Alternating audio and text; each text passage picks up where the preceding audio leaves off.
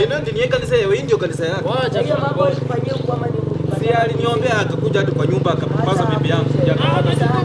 Alimpapasa. Ndugu mwaji gani? Ingie kanisani. Tuingie. Ona, nirudishie sadaka. Hawezi papasa bibi yangu apate mimba na tena aniache. Hata hii kitabu. Ngoja kuna mambo ya kiungu hapa. Kuna wacha kitabu wewe. Amani iwe na nyinyi.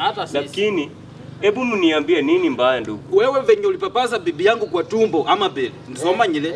Sasa hiyo tumbo akatoroka nayo tena akarudi nayo maji. Ndio namba ya bibi yako kwanza. So hapo ni? Alafu anasema namba ya bibi yako unafanya nini kwa simu? No, mimi sina ubaya. Mimi nataka tu sadaka yangu nirudishie. Rudisha pesa. Ungo basi shilingi je. Wacheni niwaambie, nyinyi unajua mjui mambo ya kiungu.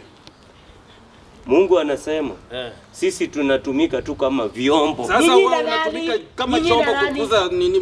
Mungu ndiye anaponya. Katika Mungu anasema hivyo, wewe unasema aje? Wewe huku ana imani. Wewe unasema aje? Wewe unasemaje? Mbona unamshika katika kiuno? Unaleta ama unakataa? Mbona anamshika katika kiuno? Na mbona mnaniwinda na mapanga? Panga iko wapi? Pastor huyu ameficha panga huyu. Ndio hao urema tunakukata. Huyu ameficha panga. Chafu sana. Pumbavu sana. Yes.